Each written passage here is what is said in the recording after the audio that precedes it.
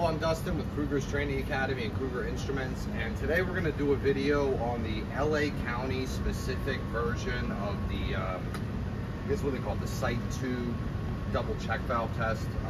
If you're taking an exam with LA County specifically, they have a few extra tests. They have like the Sight 2, the double check and PVB, and then they also have like a double check slash PVB, or like a double check PVB, or whatever you want to call it, where it's basically a PVB with 2 check valves.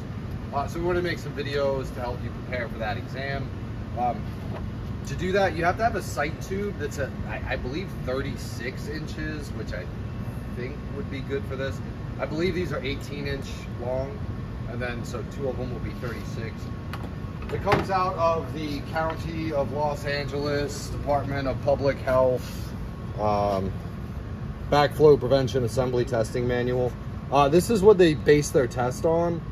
From what I understand, their test isn't probably as hardcore as like an AWWA test as far as like if you make a mistake, but they have like a bunch of different extra tests that you have to do. They call it the two check pressure vacuum brake. I haven't really have a thing for that one, but they want you to do the differential pressure gauge and the water column. So essentially for pressure vacuum breaker and double check, they have the water column version. But anyway, it basically it kind of goes through it in the exam. You can download this on their website, or we have a link to it on our website also, krugerstraining.academy/California. If you go to the bottom, we have all the different counties. But essentially, for the County of Los Angeles specifically, they want you to do this test in your practical exam. So we have a water column, and then we have a short clear tube, and then the double check valve. So I guess we'll just go ahead and prep for it. First thing first, notify, identify, inspect, observe. That's the first step, no matter what you're doing. Sometimes they might be like, oh yeah, like, who are you, what are you identifying, who are you notifying? So you want to make sure exactly what all those mean. Then you open and close the test cocks. Open and close 1, open and close 2, open and close 3, open and close 4. It was already raining here today, so it'll be okay. You also need a bleed off tee. So you install fittings to test cock. Sometimes they want you to kind of be like, oh, I'm installing my fittings. Sometimes they're not that worried about it. Install bleed off tee to test cock 2. So it's kind of similar to the USC procedures. Do more or less the thing. Install water column. We have a water column here. These are basically just Midwest Instruments sight tubes, but like if you take them apart, you can add them together. That's what we recommend you use. I think there is a minimum, and it's supposed to be like 3/4 inches thick, but I don't believe they're too stringent about that. If you hear more about that, or you know someone that sells water columns, I'm definitely in the market for them for our classes. But for right now, we'll just use the Midwest one with the extension. It's essentially you get this off their website, and then if you get 2 of them, you can add it together. Install a short clear tube to test cock 3. Open test cock 3. Fill they call it the reference tube. Open it to the top. Close test cock 3. On the water column, make a mark. So this one's going to be a little weird because the mark is actually like part of the bleed off tee, but you're supposed to make a mark on it for the reference point. And then you have to measure up 27 3/4, which would be exactly 1 PSI, which would be up here. So you make a mark.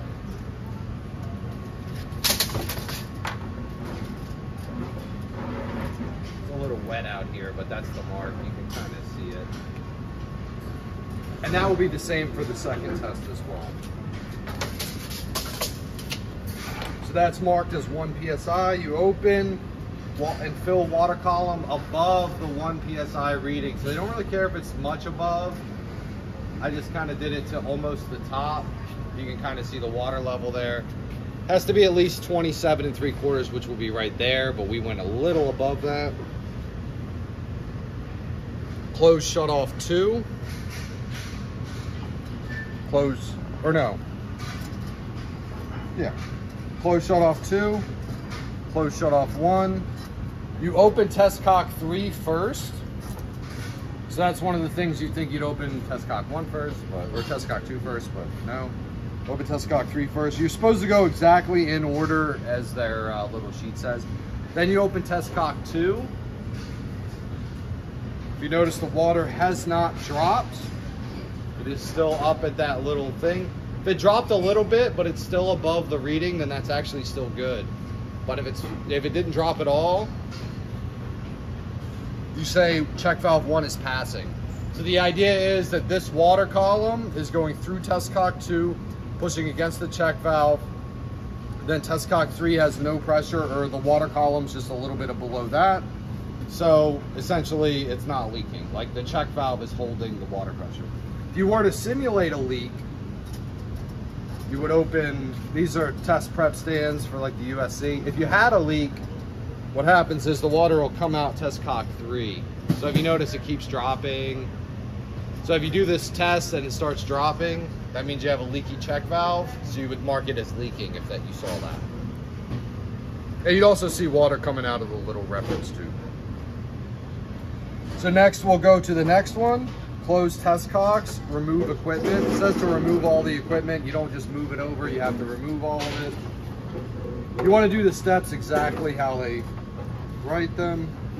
Open shut off 1. You attach the bleed off tee to test cock 3. Install water column to the bleed off tee. Install short clear tube to test cock 4. Open test cock 4 slightly. Fill the reference tube. On the water column, make a mark. So we already have our marks, so we already have that. But if you're at the test, you might want to like make another mark, do it again, just to make sure. I guess you do need a tape measurer for this test. I don't believe they say like, oh, well, this is definitely long enough, like you can do it. It's actually like they want you to, it's in the procedures to make the marks, so I guess you have to. Some people use rubber bands. We were thinking about doing that, but we had a marker, so. Well, some people do the rubber bands where the things are. Open test cock 3 to fill the water column past the tube. This time we'll do it just a little bit past, so it's not too much. Close shut off 1. Open test cock 4. And then open test cock 3. You notice the line of water has not dropped. So that means you're good. Check valve 2 is passing. Close all test cocks, remove all equipment. Then of course, standard procedure, you open 1 first to avoid the back pressure. So again, appreciate you following us on the video. Feel free to like and subscribe. We got a lot of content. Check out our page. We got a lot of different stuff, depending on what you're trying to do.